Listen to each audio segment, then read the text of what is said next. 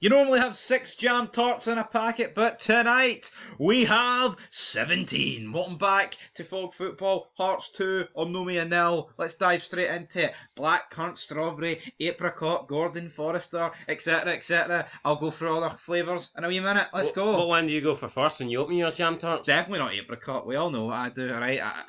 Yeah, strawberry. I open it, and if I see the 2 apricot, I flip the packet around, open whatever's on the other side, and then put it in that way. Some would argue that's shite bag mentality. Well, you know what? I'd argue I want what I want, not the shite flavours. Thank you very much.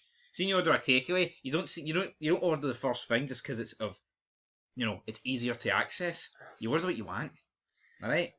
And what you wanted tonight was a win. You fucking got it. I got it, so happy with it. 2-0 win. Hearts, 100% record, 6 points out of 6, looking good. And now we'll talk about the Hearts players and see who's looking good, see who's not looking good. Overall, I mean, solid performance. I don't think there was any bad players on the pitch tonight, but some were better than others. So, yeah, let's get into it. We'll start with Craig Gordon.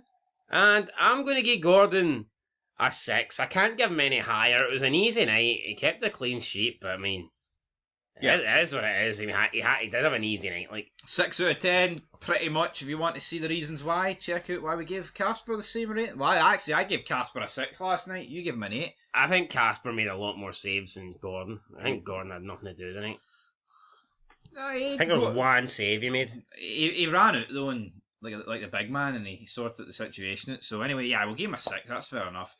Moving on though to Forrester, who's coming along rightly. Youngster, man, that's him now. I believe he played in the last Europa League game as well, and I mean he's getting a lot of experience here, and it's got a promising future ahead of him at Hearts. Absolutely, I'll give him a 7. Thought he was really good. Yeah, no, I'll agree. I will give Forrester a 7. Definitely got a good future ahead of him, and I'm looking at the Hearts young boys coming through, and I think Hearts have got some talented players. You've got Macaulay Tate in there, Wilson up front, Forrester. I think the future for Hearts is looking pretty good. This is a good Hearts squad, and I just hope that Neil Critchley's the man to get the best of it. Well, you hope that. I mean, it's a 7. Up to Cal Rose, I thought Rolls Royce, replacing Michael Smith as the new Rolls Royce at fucking Hearts. Tell you what, great performance. You know what? And he can also make solo runs. It's not just all about defending. The guy's good at going forward. So you're a fan of the big Aussie? He's like a Poundland Sergio Ramos. Extreme Poundland version of it. Yeah, that's a compliment. I'm sure he'd take that. Aye. Any sort of Sergio... Even a shite version of Sergio Ramos is pretty good. A penny chew, Sergio Ramos. Yeah, that's plenty. That's plenty. Anyway, I'll give him an 8. I'll also give him an 8. Solid performance. Happy with Kai Rose, no complaints. Let's move on to Frankie Kent then, the centre-back partner. I don't think he was as good as Rose, but I'll give him a 7. I'll give him a 7 as well. Kept a clean sheet, just not as good as his wee tag team partner. Up next, Stephen Kingsley. Give him a 7 as well. I mean, every time Stephen Kingsley stands over a free kick, your expectations just go through the roof.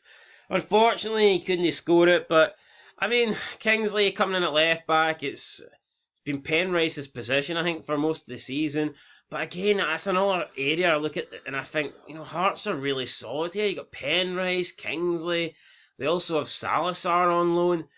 I mean, Hearts, you're talking at least 2 or 3 players that are good in every single position. This is a good Hearts team, no doubt about it. Yeah.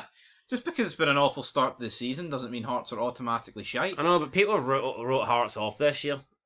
I still think squad-wise, Hearts are better than Aberdeen. Yeah, you can write them off. But would you agree with that? It doesn't change the fact that their squad's good. Yeah, I'd probably say so. I think if you're looking at like a 24-man squad or whatever, 25-man squad, I think Hearts are stronger than Aberdeen. Yeah, I'd say so. I'm getting 7 for Kingsley. Cammy Devlin.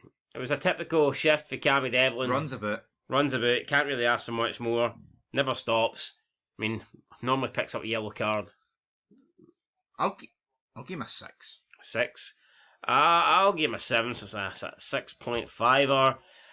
Boateng, I think what Hearts did in the summer, what I was impressed with is we seemed to sign, a lot of key players from opposition teams. So you look at, we've got Danda, arguably the best player for County. We've got Spittle, one of the best players for Motherwell. Boateng had a great season last year for Dundee, got hit. I think Hearts, made a lot of good signings in the summer, and I think Boateng's proven to be another one of those good signings. And I thought he was good tonight. Yeah, no, he was good tonight. Giving Hearts another good option. Giving Hearts another good option for that anchor in the midfield. And to see if Hearts do that by consistently the best other players in the league, they'll automatically improve. Unless Stephen Naismith's managing you, of course. But I'll give him a 7.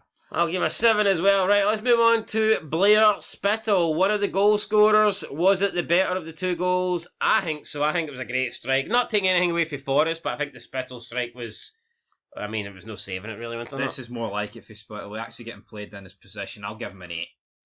An 8 for Blair Spittle. Right. I can't complain. I'll give him an 8 as well. Let's move on to Alan Forrest then. I believe tonight was his 100th appearance for Hearts, and he marked it in style with a good opening goal. Preferred over Barry Mackay, and I have no complaints there. I think Forrest has proven that he is, at this point, better than Barry Mackay. Good strike, good goal. Yeah, Alan Forrest done his job. I'll give him an 8. I'll give him an 8 as well. Good goal. Here, he set Hearts on their way, didn't he, at the end of the day? He did. I mean, the 2 goals for Spittle and Forrest, man, pretty much ended the game, didn't it? It did. 23 minutes in. Right, Fargas. Kenneth Fargas, another player that I'm excited to see. Obviously, it's his second season at Hearts, but I think he started this season a lot better. I think he started this season better than Shanklin has, to be honest. I think he's been the best attacking player at the club. And I thought he was solid again tonight. I thought he didn't go on the score sheet, but I mean, I thought he looked dangerous. I thought he was making runs and pressing it well. So I thought Fargas had a good game. I think I'll give Fargas... I'll give him a 7. I'll give him a 7 as well. And then we move on to Lawrence Shanklin. I've seen a lot of people giving Lawrence Shanklin a lot of praise online. I mean, I thought it was just an okay performance for Shanklin. I don't think it was fantastic. Yeah, his hold-up play is brilliant, right? No, it is, no doubt about it. But he was unlucky. He didn't really have that many chances, and the one chance he did have, it was a good save for the goalie. So, I mean, I would just... Here, I think this guy's going to Rangers. I do believe that. I just want him to add a few fucking more goals. Well, listen, let's not pretend that you're worried about Shanklin's a goal scorer. We all know he can score. He's just not really doing it this season. But I'll give him a 7. I'll give him the same as Fargas. Well, unless you're developing a time machine, mate, I need him doing it in the future, not in the fucking past. Past, future, present. Shanklin's got it. Right, I'll give him a 6. 6, right. Moving on to the subs, we've got Oigog. You know what? I think the subs came on, seen the game out. For me, I'm content to give him a 5 across the board. Yeah, I'll agree with that. I'll actually give Grant a 6 because he scored an offside goal. It was a decent enough finish. So I'll give him a wee 0.5 for that then. It wasn't his fault. He wasn't offside. It was Shanklin. So, but, I mean, I just look at the 5 players that Hearts are bringing on, and to me, it's it's good options. Yep. Then we got Neil Critchley, who stepped up to task. Hearts were not favourites for this game, but they pretty much won it within the opening 20 odd minutes, and I thought Hearts were comfortable. They didn't add to their tally, but I never felt like they were going to lose this game. I never felt like Omonoia were going to get back into this game. I thought it was about as comfortable as a 2-0 performance, a 2-0 win can be. Yeah. Because they always say 2-0 is the most difficult scoreline in football. Because the next goal pretty much either is game over or game on. And it's a nervy scoreline. But for me, I don't know. I never really felt like this was nervy. I felt like it was just really comfortable for Hearts. I'll give Critchley an 8. It was a good win tonight. I was impressed with it. I'll give him an 8 as well. We've got to factor in the opposition. You're at home.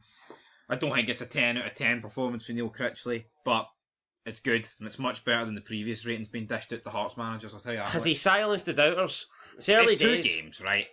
It's 2 games. Yes, but he's done himself no harm. See if he came in and lost both of these games. Could you imagine the heat that he'd be under? If Butts maybe shite job. The guy has done what he's had to do.